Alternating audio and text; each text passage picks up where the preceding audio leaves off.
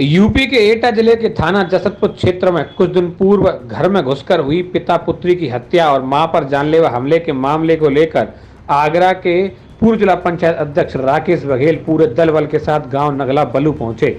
आगरा से चला राकेश बघेल का काफिला एटा पहुंचने तक सैकड़ों की गाड़ियों में तब्दील हो गया, जिसमें हजारों की संख्या में लोग शामिल थे। आलम यह था कि अलीगंज में समर्थकों की भीड़ से जाम के हालात बन गए, जिसके बाद राकेश बघेल मोटरसाइकिल से ही गांव की ओर चल दिए। हत्यारों को फांसी देने के नारे लगाते हुए जोशीली भीड़ गांव में पहुंची, जहां गांव के एक चबूतरे पर लोग जमा हुए थे, जहां थाना अध्यक्ष और घटना के विवेचक मौजूद थे। जिसके बाद विवेचक के हाथ में माइक देकर राकेश बघेल ने घटना से संबंधित सवाल दागने शुरू कर दिए। जनता की अदालत में दरोगा की सुनवाई चल रही थी कि दरोगा एफएसएल रिपोर्ट भेजने के नाम पर फिसल गया, जिसके बाद जनता ने उसका विरोध करना शुरू कर दिया। मामले को संभालते हुए राकेश बघेल ने 24 घंटे के अंदर घायल मां के बयान और एफएसएल रिपोर्ट के आधार पर घटना कारित करने में शामिल आरोपियों को गिरफ्तारी का अल्टीमेटम दिया।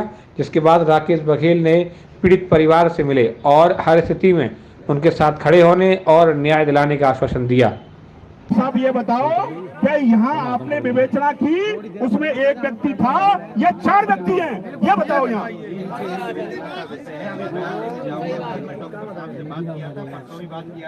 क्या तारीख की घटना है? 1 मिनट आइए साहब, कितनी तारीख की घटना है? 7 तारीख। आज कितनी तारीख है? 12 तारीख तक आप मेरे व्यक्ति तक हॉस्पिटल तक आपने ध्यान क्यों नहीं लिए? क्यों नहीं लिए?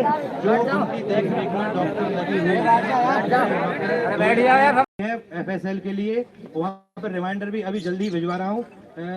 जल्दी से जल्दी प्रयास किया जा रहा है कि उसकी रिपोर्ट आ जाए। कब भेजी साहब रिपोर्ट? कब भेजी आपने? रिपोर्ट कल जा चुकी है और वहाँ पे कोई उसमें मिस्टेक थी तो आज वापस आई थी, आज फिर दोबारा आगे भेजा है। रिमाइंडर आपने दे दिया है? रिमाइंडर आपने दे दिया है? हमारी बात कैसे हुई? ये कैसे हुई? ये नहीं होना चाहिए। नहीं थी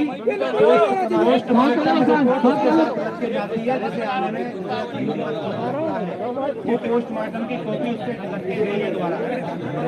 ये अलीगंज का छोटा गांव नगला बल्लू में ये 5 तारीख की घटना, 6 तारीख की घटना है।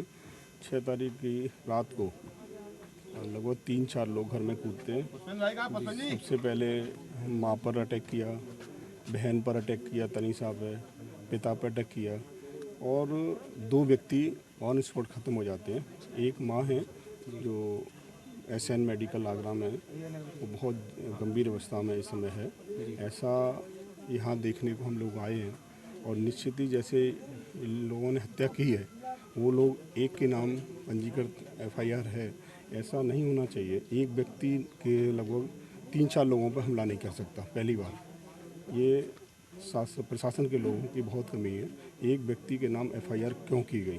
क्या शासन के लोगों से जनप्रतिनिधियों के दबाव में थे? उन्होंने एक व्यक्तियों की क्यों कहा? मैं साक्षात रूप से मैं उन माता के बयान, माता के मुखारबिंद से सुनकर आया हूँ कि एक व्यक्ति नहीं था, लगभग 4-5 व्यक्ति थे। हम चारों लोगों पर हमला किया। इसमें से मेरे पति और मेरी बेटी ऑन स्पॉट ख़त्म हो गई। मैं एसएन मेडिकल में यहाँ स्वास्थ्य लगभग हेल्प ये पूरी सरकार के द्वारा या जनप्रतिनिधियों के द्वारा जो यहाँ मिल रहा है, ये मैं यहाँ बेड पर हूँ। तो इसलिए जो अन्याय के जो खिलाफ है वो समाज को बुलंद करने के लिए हम न्याय की मांग करने के लिए यहाँ तक पहुँचे हैं। मैंने कप्तान साहब से भी बात की थी, अभी आयो साहब और तहसीलदार साहब भी मौके पर आए हैं, तो मैंने उनसे भी बात की कि जिस तरीके से ये जो हत्याएं की गई हैं उसकी विवेचना आखिर कहाँ तक पहुँची और क्यों नहीं 4 लोगों को 5 लोगों को दोषी सिद्ध कराया। तो उन्होंने मुझे आश्वासन दिया है शासन प्रशासन के लोगों ने कि निश्चित ही जो लोग दोषी है इसमें उनको पकड़ा जाएगा और निश्चित ही उनको सजा की जाएगी।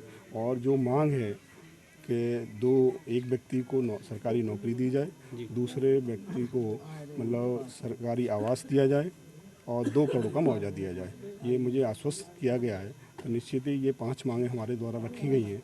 लगभग यहाँ अलीगढ़ नहीं, मुजफ्फरनगर नहीं, नोएडा नहीं, गाजियाबाद नहीं और बुलंदशहर नहीं, हापुड़ नहीं और हाथरस और यहाँ फिरोजाबाद, टूडला, इटावा, औरैया, अलीगढ़, एटा, फरुखाबाद, यहाँ तमाम ज़िले से लोग आए हुए हैं। इन सब की मांग यही थी, अन्याय के खिलाफ मांग है। और निश्चित ही मुझे आश्वासन जो दिया गया है और मुझे नहीं ये आश्वासन पूरा किया गया तो निश्चित ही ये आवाज़ हमें लखनऊ तक पहुंचानी होगी और हमें इस मांग को। पुष्पेंद्र कुमार धनगर, जिला अध्यक्ष एटा, ऑल इंडिया नगर महासंघ। क्या जी। मामला है जिसको लेकर आज आप यहाँ 2 मौतें हुई, हत्या कर दी गई 5 तारीख को। उसमें एक लड़के को बंद करके प्रशासन ने भेज दिया, कोई न्याय नहीं कर रहे हैं। और जबकि 3 लोगों को बेरहमी से काट के हत्या की गई है तो उसमें 4-5 लोग हैं। वो महिलाएं भी बयान दे रही हैं, प्रशासन अभी कुछ नहीं कर रहा।